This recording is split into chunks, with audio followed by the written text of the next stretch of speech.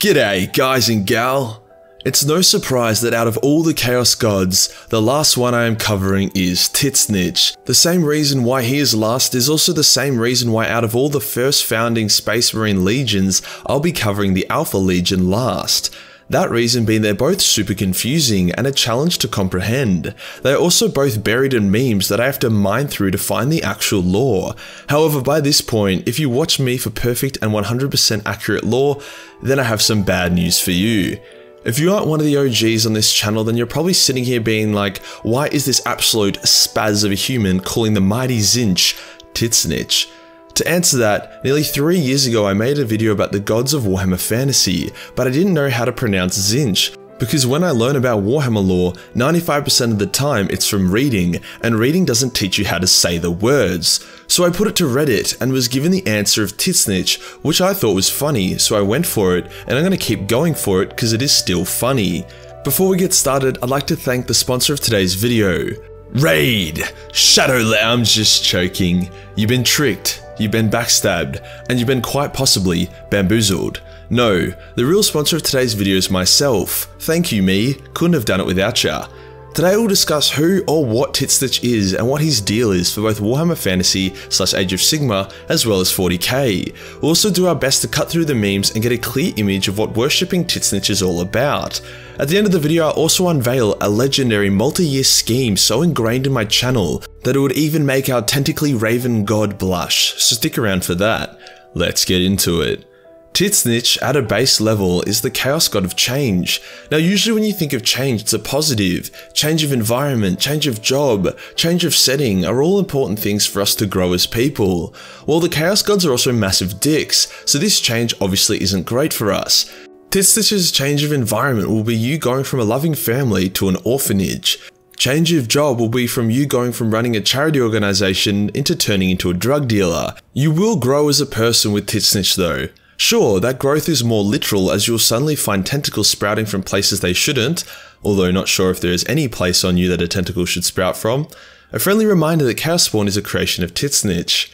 At a sub-level, he is also the god of lies, schemes, deceit, and evolution. He hates people feeling satisfied or comfortable, and always wishes things to be in motion. He doesn't have an end goal, and most of the shit he pulls is pulled because he likes pulling. He has millions, if not billions of schemes running simultaneously that he micromanages to perfection, making him by far the pettiest chaos god. Like, this dude will literally spend the time and effort creating a scheme for someone to take over a small business by blackmailing their boss. Like, imagine being a godlike primordial being in a great game against other primordial beings. In Warhammer Fantasy, when the old ones left a screw loose in their teleporters which caused them to collapse and allowed chaos to flood the world, Tzeentch was the most powerful chaos god. Tzeentch is also the chaos god of magic and knowledge, and the world was filled to the brim with magic. He got so powerful that the other chaos gods were like, shit bro, and genuinely believed that Tzeentch was about to win the great game and consume them. Ironically, this would never happen, as Tzeentch loves games and doesn't play to win, he just plays because it's fun. Regardless, the other three teamed up on him and shattered his form. His shards created the first magics of the world and he eventually put himself back together. Now that kinda sounds off because surely the old ones had magic before Tzeentch was around, and they actually taught the elves how to use magic, but because Tzeentch is the god of being confused as fuck and contradicting lore, we're going to allow it. Honestly, if you come out of this video being like, what the fuck did I just watch, then that's actually the intended result. In 40k, Tzeentch was created in either a Renaissance period or during the Dark Age of technology, when both the Elder and humanity were at the peak of their knowledge, depending on which recon of the lore you subscribe to. Similar to fantasy version of Tzeentch, the 40k one became the strongest of the Chaos Gods, by far, as during the Dark Age of technology there was no real war, no disease or famine, and Slaanesh hadn't been murder-fucked into existence yet. However, Nurgle and Khorne still teamed up and shattered him, which would require them to outsmart him, which I can't just really see them doing.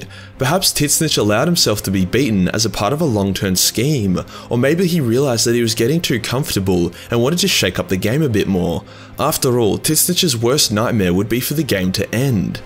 The Tzeentch in Age of Sigmar is the same entity as the one from Warhammer Fantasy, and he's pretty much the only Chaos God getting stuff done. Slaanesh is currently in prison, Nurgle is obsessed with licking out Alariel, and Khorne actually saved the forces of order by randomly attacking Chaos on the eve of their victory.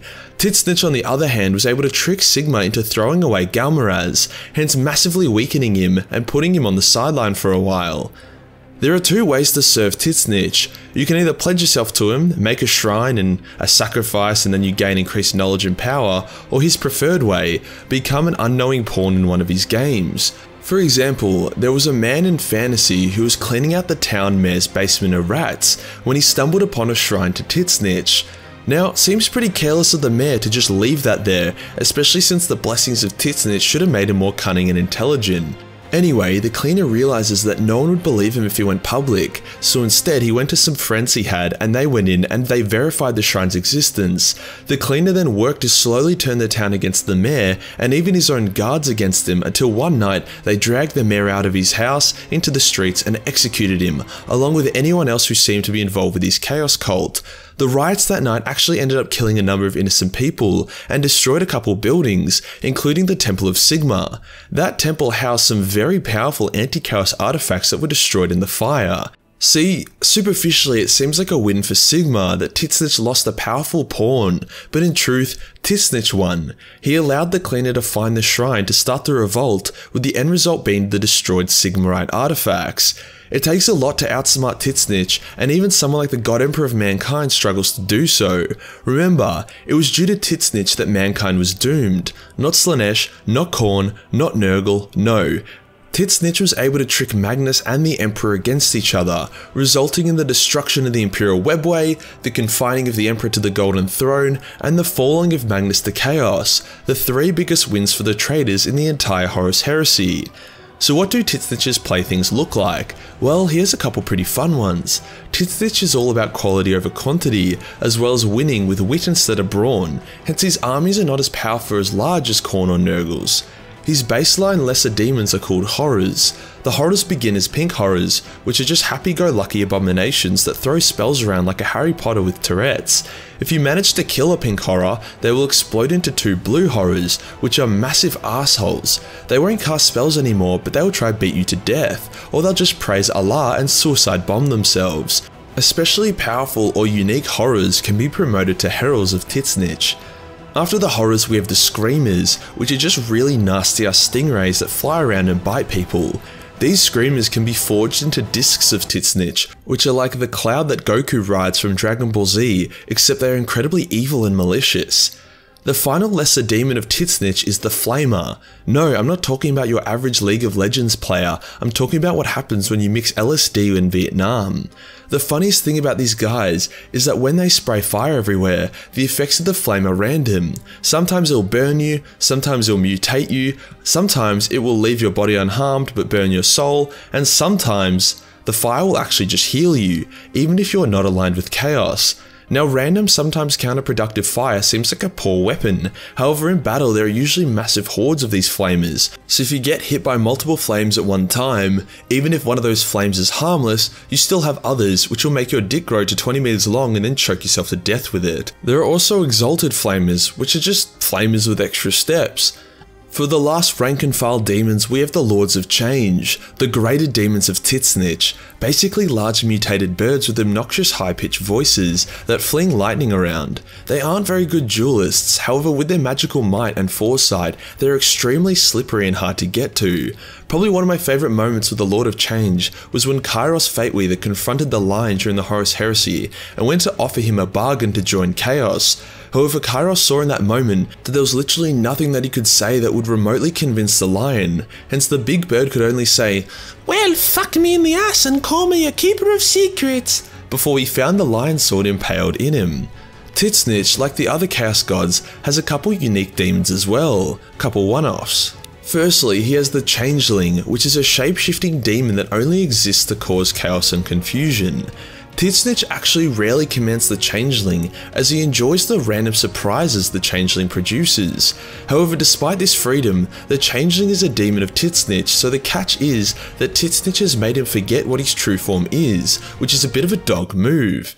The Changeling frequently fucks with beings way more powerful than itself, and has caused a number of wars within the realms of chaos after playing various pranks on the other Chaos Gods. He cut off some of Slaneshi's hair, and he put Nurglings on Khorne's skull throne, so when Khorne sat down, it was more or less of a whoopee cushion.